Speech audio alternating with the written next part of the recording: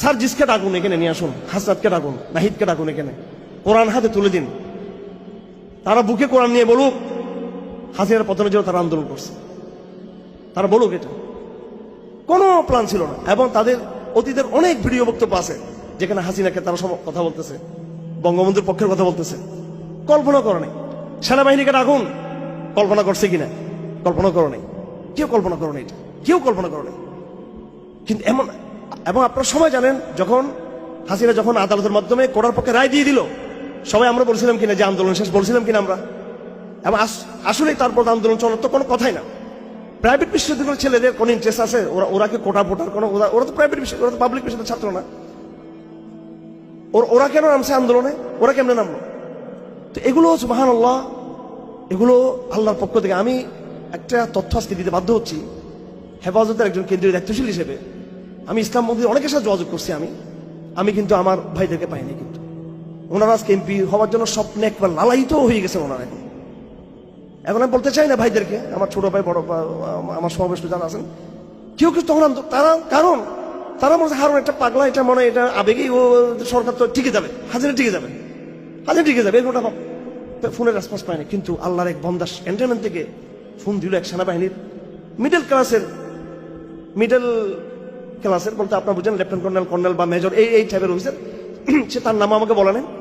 আমি মনে করছি হাজির আমার পিছনে ডিজিএফে লাগাইছে মনে আমার মনে ধরার জন্য। আমি তারা ধরি, কারণ আরো এমন সে পরিচয় দিচ্ছে, আমি ক্যান্টনমেন্ট থেকে বলতেছি পরিচয়, আর ডাইরেক্ট আমার মোবাইলে যেটা রেকর্ড হচ্ছে। আমি তাকে রেসপন্স করি নেই। সে বারবার বলতেছে আপনারা রাজপথে ইয়ে থাকুন, আমরা গুলি চালাবো না, কথা দিচ্ছি। আমি আবার এটা তারা বললাম যে আপনি সরকার পতন করার কি জন্য? ওনার তো অবদানও স্বীকার করা যাবে না। মডেল মসজিদ করছেন, কমি স্বীকৃতি দিয়েছেন, কারণ আমি তো জানি যে এটা হাসিনা লাগাইছে, এটা বুঝতেছিল তারা। আমি এটা তখন উনি হতাশ হয়ে বলতেছেন যে আমি শাহাদাত তামান্না লালন করি, আমাকে বিশ্বাস করুন। এবং আটটা কথা বলছে, বেদনাদায়ক কথা, 2-3 দিন। আমি একদিন 2-3 দিন বিশ্বাস করতে পারতেছি না এটা। শেষ উনি বললেন আপনি আমাকে কখনো আর পাবেন না, আপনি আমাকে কখনো আপনার আমার কথা বলেন, এই নাম্বারটা এখনো আছে। আর তারা পদার্থ চালিয়ে এখন আর পাচ্ছি না তাকে। এই ব্যক্তি মূল মেসেজটা দিয়েছেন আমাদেরকে, হেফাজতকে, চোরবুনেকে মেসেজটা দিয়েছেন। উনি নিজে বলেছেন যে আমরা চোরবুনেকে দিয়েছি মেসেজটা, এবং অন্যান্য ইসলামপন্থীদেরকে মেসেজ দেওয়ার চেষ্টা করেছেন। এবং অত্যন্ত আশা নিয়ে আমাকে ফোন করেছেন যে এই গভর্নমেন্ট পড়ে যাবে, আল্লাহর রাস্তে আপনারা স্থির থাকুন রাজপথে, কারণ আমরা গুলি চালাবো না। আমরা বললাম আপনাদের অফিসাররা তো গুলি চালাবে, বলো বন্দুক আমাদের হাতে, আমাদের গুলি চলবে না। এরপরে কিন্তু সেনাবাহিনী যারা এলিট, ওনারা কিন্তু চেঞ্জ হয়েছেন কাদের কারণে?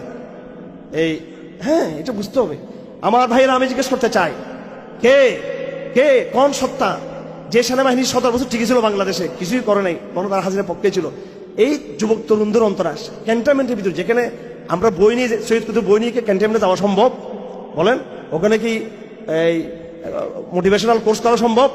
ওখানে কি হারুন এজারের সাথে যোগাযোগ করা কি সম্ভব? জমিসুদ্দুর রহমানের সাথে? তাদের অন্তরে কে ঢেলে দিল?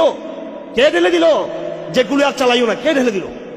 এগুলো সার্জিসদেরকে বলুন, আপনারা ডক্টর ইউনূসকে বলুন, এগুলো হাসনাতদেরকে বলুন। এই সেনাবাহিনীর এই অংশটুকু যদি সেদিন যদি ইউটার্ন না নিত, কোনো দিন এই বিপ্লব সফল হওয়ার কোনো স্বপ্ন কেউ দেখাতে পারতো না। এটা আপনি কিভাবে জল কামানের সামনে টিকতেন, কামানের সামনে কিভাবে টিকতেন? এটা যদি ওরা যদি এগ্রেসিভ থাকতো, এটা আল্লাহ তাদের অন্তরকে ফিরিয়ে দিয়েছে এইভাবে। অলরেডি সেনাবাহিনী যাচ্ছিল মুভের দিকে। যাই হোক, আল্লাহর বাস্তা রাখবেন, আল্লাহ পাক ফেরাউনকে ধ্বংস করেছেন। আমি এবার জিদ্দা গিয়েছি, আমি লোহিত সাগর পাড়া দাঁড়িয়েছি, আমার মেয়ের বাসা হচ্ছে জিদ্দায়। আমি আমার মধ্যে আবেগ চলে আসছে, হয়তো আল্লাহু আকবার। লোহিত সাগরের এই যে দক্ষিণ উত্তর দিকে, ওইদিকে সিরিয়ার ওইদিকে মানে প্রান্তিক যেতে, যেখানে সুয়েজ কালের ওইদিকে গিয়ে ফেরাউনকে আল্লাহ পাক ডুবাই দিল। আর ঠিক আর আল্লাহ রাসূল নাম দিয়েছেন আবু জেহেলকে যে ফেরাউন হাদিল উম্মাহ, আর মুসলিম উম্মার ফেরাউনকে, বনি ইসরাইলের ফেরাউনকে পানিতে মারলেন। আর এই ইসলামের ফেরাউনকে আল্লাহ পাক মারল কোথায়? বদরের ময়দানে। সেই বদর ময়দানটা দেখতে গেলাম, এবার দেখে আসছি। ওখানে পুলিশ যেতে দেয় না, যেখানে আবু জেহেল আছে ওখানে যেতে দেয় না। ওখানে আবু জেহেল যেখানে জাহান্নামের গর্তে এখন আগুনে ফুটতেছে, ওটা ওর যেতে দেয় না। তো এই উম্মতের আবু জেহেল ছিল এই আরব, আমাদের নবীজির জমানার সে ফেরাউন, আর ফেরাউন ছিল মুসা ইসলামের জমানার ফেরাউন, আর হাসিনা ছিল বাঙালি মুসলমানের ফেরাউন।